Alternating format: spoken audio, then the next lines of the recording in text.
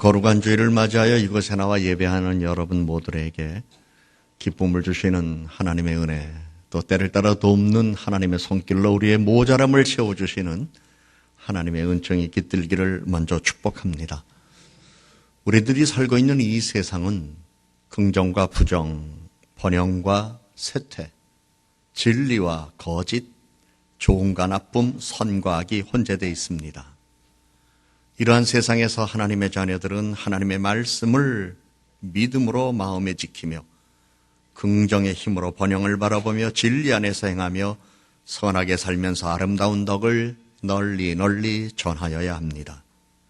그러나 분별력을 잃고 하나님이 기뻐하시는 것과 하나님을 경외하는 믿음으로 말씀에 순종하는 것을 부정하면서 미래의 허영에 취하고 이성적인 판단을 잃고 거짓된 삶을 살면 인생의 불행한 결과를 낳을 수 있고 인생의 불행한 결과 때문에 스스로 악한 사람으로 살아갈 가능성이 있습니다. 그래서 항상 우리들은 세상 살아가는 동안 우주 만물을 창조하신 하나님, 모든 것들을 섭리 가운데 다스리시는 하나님과 옳은 관계에 살기를 소원하는 마음으로 성령의 인도를 받아야 합니다. 이미 성경이 우리들에게 말씀한 것처럼 보혜사 성령은 우리의 죄를 깨닫게 합니다. 그리고 우리로 하여금 바르게 사는 의의를 알게 합니다. 그리고 종말의 심판에 대한 두려움을 갖고 하나님을 바르게 믿도록 이끌어 줍니다. 그래서 성경은 우리들에게 성령의 충만함을 받으라, 성령의 인도함을 받으라, 육체의 소욕을 쫓지 말고 성령을 쫓으라고 이렇게 말씀합니다. 사람의 생각과 정신과 언어에는 거짓의 영이 숨어 있습니다. 그러므로 하나님의 말씀으로 심령을 무장하여 성령의 충만함을 받고 성령의 인도를 따라야 합니다. 하나님의 영은 진리의 영, 예수의 영입니다.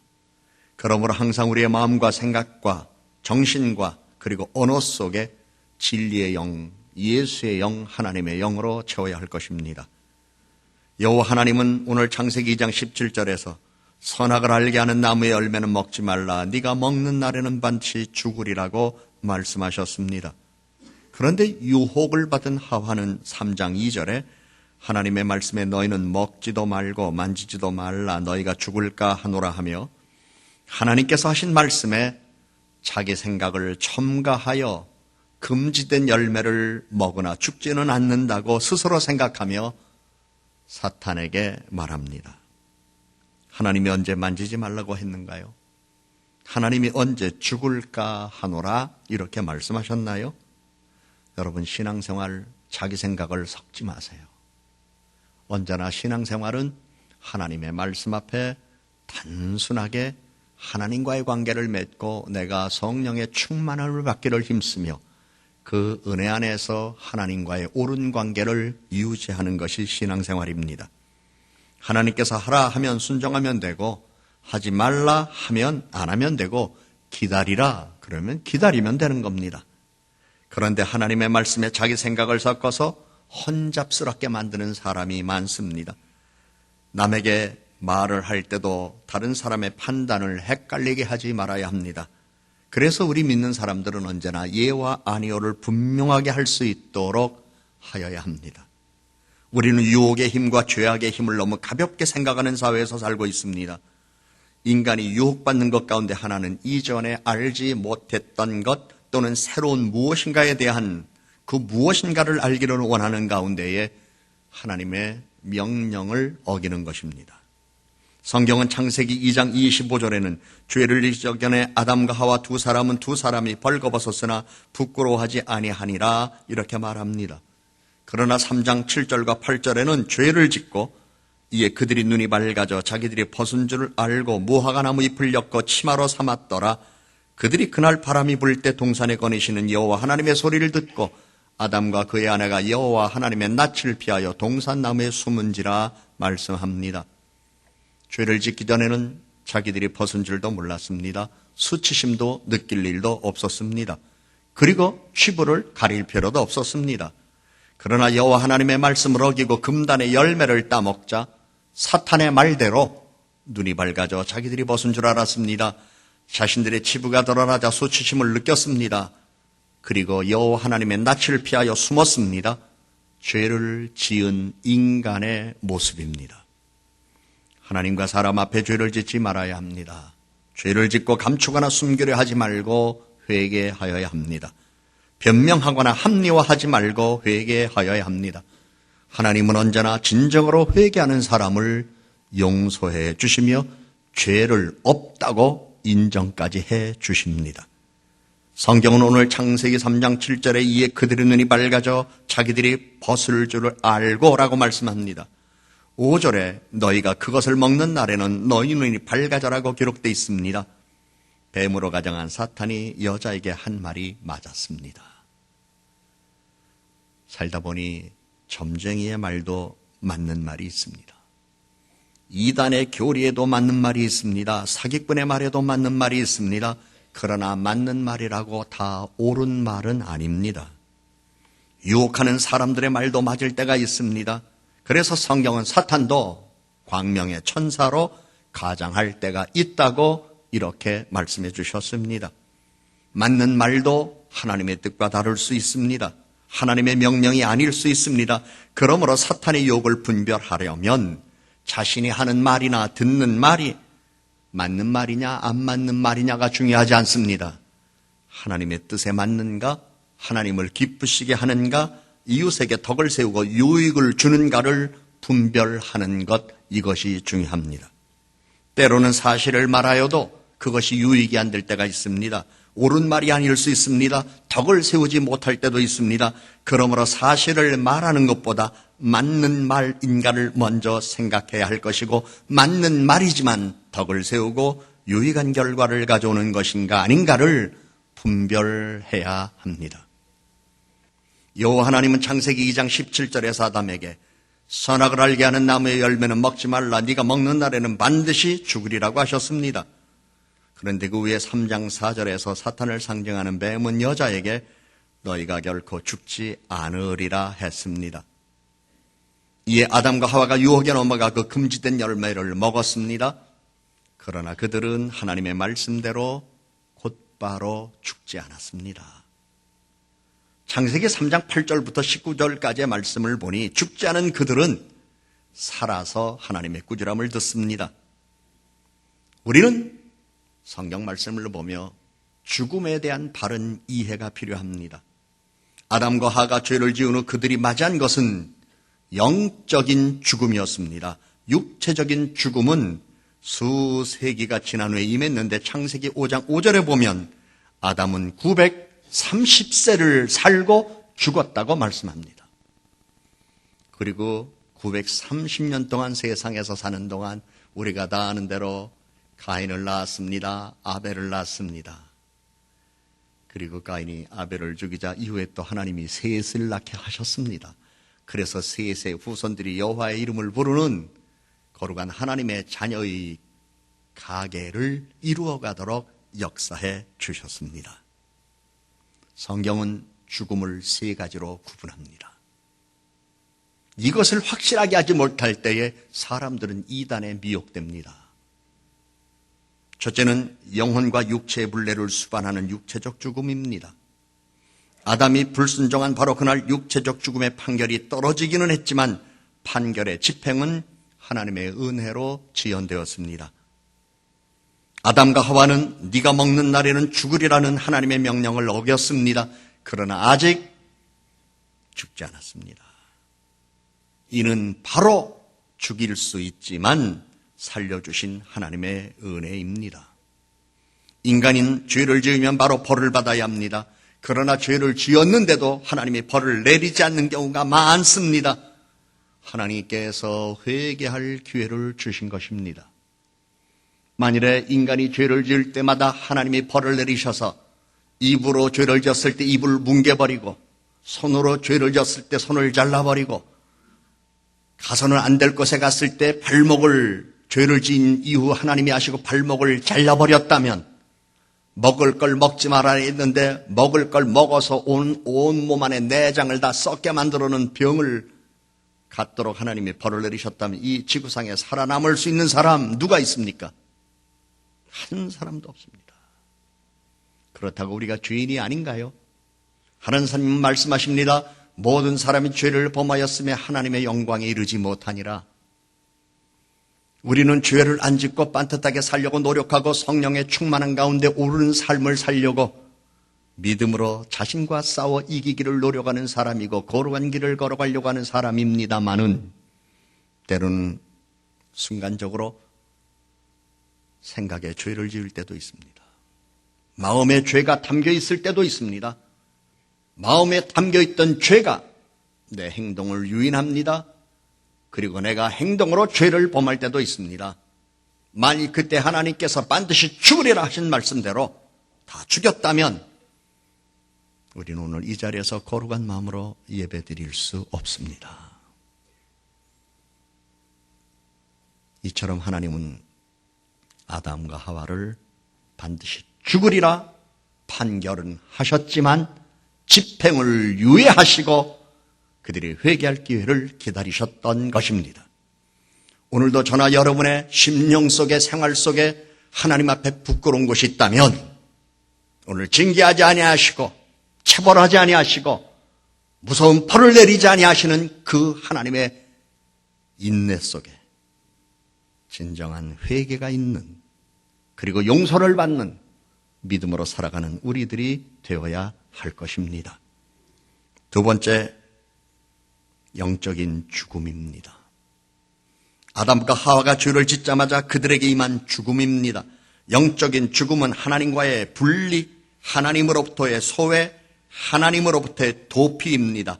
이러한 상태에 거하는 사람은 하나님을 기쁘시게 할 수 없습니다. 아담과 하와는 죄를 지은 후 3장 8절에 기록되어 있는 대로 하나님의 낯을 피하여 동산 나무 사이에 숨었습니다. 그런 행동은 아담과 하와가 죄를 지은 후 바로 영적인 죽음의 상태로 떨어졌다는 것을 보여준 것입니다. 하나님은 그들에게 육체적인 죽음의 형벌을 내리는 대신 에덴 동산에서 추방했습니다. 창세기 3장 23절에 여호와 하나님이 에덴 동산에서 그를 내보내어 그의 근원이 된 땅을 갈게 하시니라 말씀했고, 그 전에 3장 21절에서는 여호와 하나님은 그들의 벌거벗은 몸을 가려주고 그들을 보호하기 위하여 동물의 가죽옷을 입혀 주었다고 성경은 말씀합니다. 하나님께서는 그들에게 가죽옷을 마련해 주기 위하여 모피를 제공할 동물의 생명을 취하는 일이 필요함을 우리들에게 보여주면서 이런 관령 속에 하나님은 아담과 하와에게 십자가의 대속의 은혜를 깨닫게 하는 방법으로 피의 제사를 계시하셨습니다. 그래서 성경은 율법을 따라 거의 모든 물건이 피로써 정결하게 되나니 피 흘림이 없은즉 사함이 없느니라. 히브리서 9장 22절에 분명히 말씀합니다. 이 사실은 아담과 하와의 자손 아벨이 양떼 첫 새끼를 피의 제물로 제단에 바친 것으로 나타났습니다. 우리는 하나님께서 영원한 생명을 주셨습니다. 죄를 회개하고 예수 그리스도를 구주로 영접하고 이 땅에 세상을 구원하러 오신 예수 그리스도, 그분은 우리들의 죄를 짊어진 어린 양으로 성경은 우리들에게 소개하고 있습니다. 어린 양이신 예수 그리스도, 그분이 십자가 달려 피를 흘리며 돌아가셨고 그 보혈의 피를 믿는 믿음의 사람들에게 우리 하나님은 구원의 은혜를 주셨을 뿐만 아니라 영원한 생명을 주셨습니다. 그래서 우리는 영적으로 죽은 사람이 아니라 영원한 생명을 얻은 하나님의 자녀가 된 것입니다. 그런데 우리 주변에는 교회 다니는 걸 단순한 종교 생활로 바라보는 사람들, 그리고 기독교라고 하는 신앙을 가진 것, 그래 인간은 세상 살아가는 동안 종교가 필요해, 무엇이든지 하나 믿으면 좋지, 믿고 착하게 살아야지, 이런 생각 속에서 믿는 사람을 바라보면서 정작 자기는 하나님과 관계가 없는 사람, 그러므로 하나님을 알되 감사치도 아니하고 하나님을 알되 하나님을 영화롭게 하지도 아니하는 로마서에 기록된 말씀 그대로 부패함과 더러움과 타락과 음란과 응행과 거짓과 그리고 방탕한 삶을 살아가는 사람들, 이들은 모두 성경은 분명히 말합니다. 영적으로 죽은 사람이라고 말씀하고 있습니다. 그런데 하나님은 이들이 영적으로는 죽었지만 육체적으로 살아있는 동안 언제나 회개하고 돌아오기를 원하십니다. 그리고 영적인 죽음의 자리에서 영원한 생명을 얻는 자리로 옮겨주시기를 원하고, 옮겨진 삶의 자리에서 내가 어떻게 우리 주님을 기쁘시게 할 것인가를 생각하고 하나님을 영화롭게 하는 삶을 살기를 원하는 것, 그것이 하나님의 뜻입니다. 세 번째, 영원한 죽음이 있습니다. 생명과 기쁨의 원천인 하나님으로부터 영원히 분리되는 죽음입니다. 이 죽음은 요한계시록 20장 14절의 둘째 사망입니다. 이 죽음의 특징은 사라지지 않는 양심의 고통과 영혼의 번뇌의 결과입니다. 요한계시록 14장 11절에는 불과 유황의 구덩이에서 고통을 주는 불과 유황의 연기가 사라지지 않는 것이라고 말씀했습니다. 성경은 요한계시록 21장 8절에서 예수님을 구주로 믿는 믿음을 두려워하는 자들과 믿지 아니하는 자들과 흉악한 자들과 살인자들과 음행하는 자들과 점술가들과 우상 숭배자들과 거짓말하는 모든 자는 불과 유황으로 타는 못에 던져지리니 이것이 둘째 사망이니라 말씀합니다. 영적인 죽음을 깨닫지 못하고 육체적으로 사망할 때까지 고집을 부리다가 영원한 죽음을 맞이할 사람들이 세상에는 너무나 많습니다. 우리는 이들에게 복음을 전하여 그들의 영혼을 살려야 합니다. 그들을 영적인 죽음에서 영생의 자리로 살아있는 동안 옮겨줘야 합니다. 그들은 죽으면 구원받을 기회가 없습니다. 숨쉬고 살아있는 동안 그들을 영생의 자리로 초대해야 합니다. 이것이 전도입니다. 성경은 요한복음 3장 36절에 아들을 믿는 자는 영생이 있고 아들을 순종치 아니하는 자는 영생을 보지 못하고 도리어 하나님의 진노가 그 위에 머물러 있느니라 말씀합니다. 자신의 마음과 정신과 생각과 육체와 언어, 말 속에 숨어있는 사탄을 조심하십시오. 탐욕과 거짓과 쾌락과 방탕으로 유인하는 사탄을 조심하십시오. 사탄의 유혹을 받고 유혹당한 자는 에덴 동산 가운데 있는 선과 악을 알게 하는 나무를 보았습니다. 그리고 자기 생각과 마음에 먹음직도 하고 보암직도 하고 지혜롭게 할 만큼 탐스러웠다고 했습니다. 그런데 이 말씀이 공동번역에는 이렇게 기록되어 있습니다.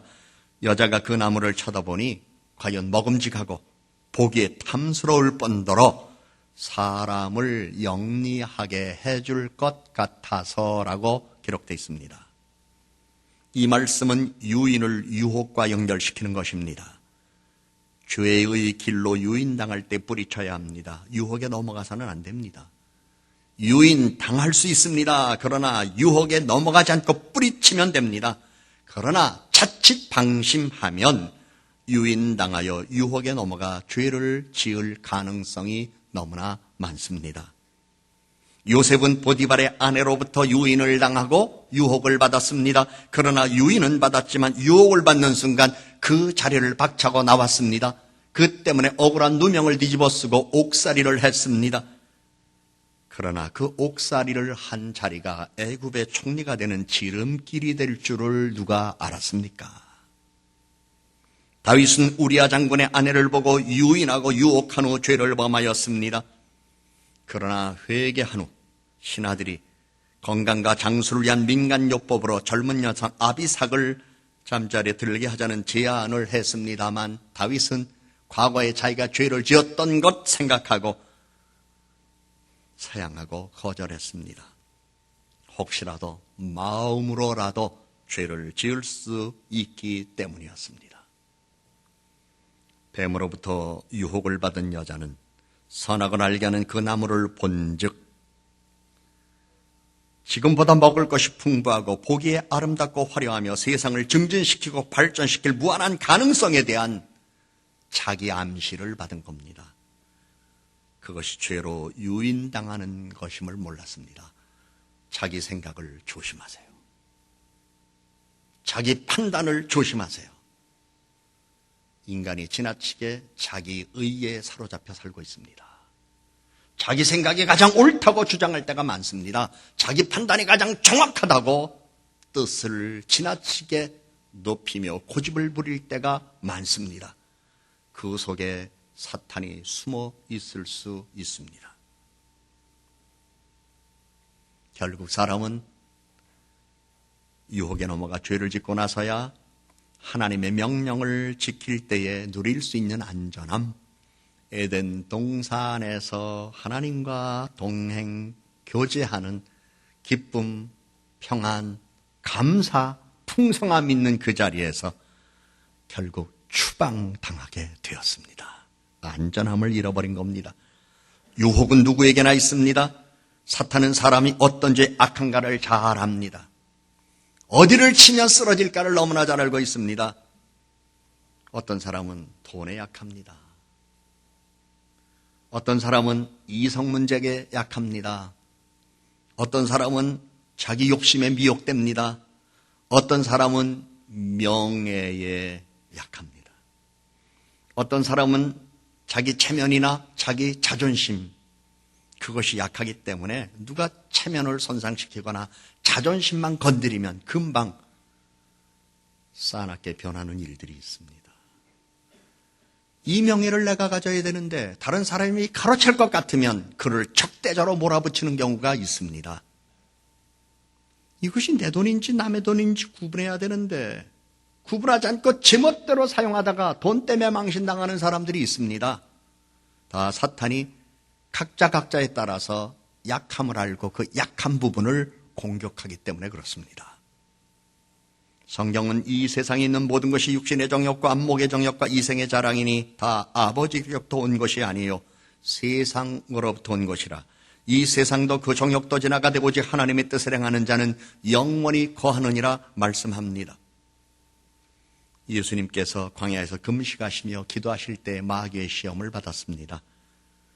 금식하고 기도할 때 여러분들도 경험이 있으겠습니다만은 참 먹고 싶은 거 많습니다. 근데 금식 기간 동안은 자기 자신과 싸우는 거예요. 예수님도 배고프셨어요. 그런데 그때 마귀가 제일 먼저 와서 시험한 게 배고픈 예수님에게 이 돌 빵으로 만들어라. 이 돌 떡으로 만들어라. 그러면서 예수님을 시험했습니다. 시험받을 때 예수님은 사람이 빵으로만 사는 것이 아니라 하나님의 입에서 나오는 모든 말씀으로 살리라 하면서 마귀의 시험을 물리쳤습니다. 빵은 필요합니다.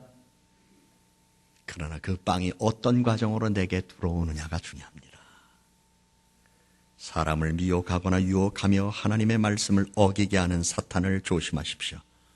사탄은 여러분의 마음과 여러분의 생각과 여러분의 정신과 여러분의 육체 그리고 여러분이 사용하는 하는 말과 듣는 말 속에 사탄은 숨어 있습니다. 깨어 기도하고 하나님의 말씀으로 무장하셔서 사탄을 물리치고 진정한 영적인 승리자가 되는 우리 모든 성도들이 되시기를 주님의 이름으로 축복합니다. 기도합니다.